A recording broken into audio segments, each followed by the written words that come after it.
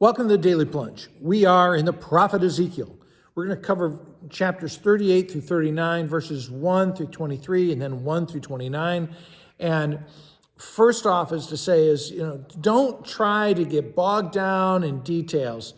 This is a lot more like a Salvador Dali surrealist painting. And, it's about the big ideas, not the details. Any effort to try to connect this with any kind of historical figure or Magog with certain nations is pointless.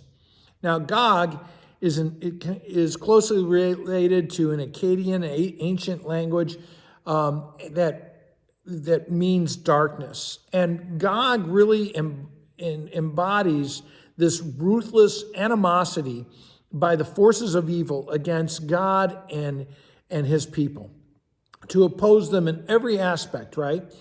And the Lord says through the prophet, son of man, mortal man, Ezekiel, say to him, behold, I'm against you. And so God is working against Gog, but at the same time, he is controlling Gog. He says, I will turn you around and put hooks into your mouth, and nothing that Gog and Magog and all these evil are doing is going to be beyond the Lord's control. And Gog will be constrained in how he acts and will be guided by what the Lord, because the Lord is working even through the evil. And he says, you're going to bring together this great army, horse and horsemen. They're a great horde with shields and helmets. This is a very, very well-equipped army. And this really is sort of like all these nations are coming together intent on crushing Israel, but really it's about crushing God's holy people. And even though the Lord has restored his people, there continues to be this dark side working out in human affairs, in human history, which is kept from being completely destructive.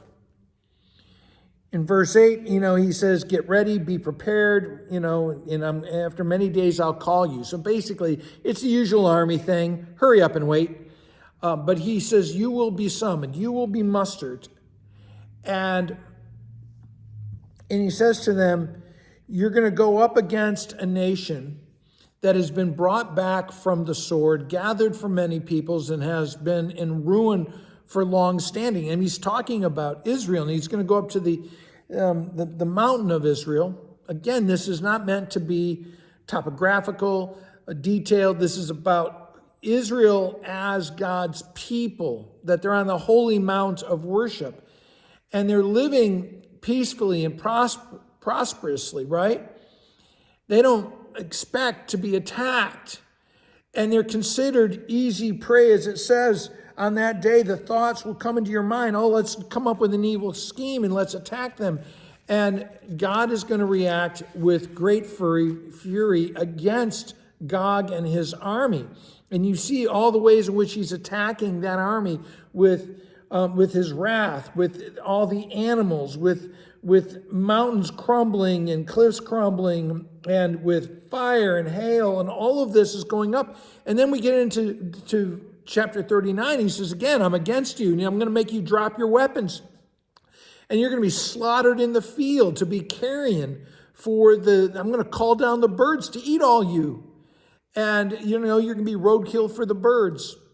And all of this is, I will display my glory. Then you will know that I am the Lord your God. And, the day of the Lord is going to bring this great judgment to bring in the final kingdom.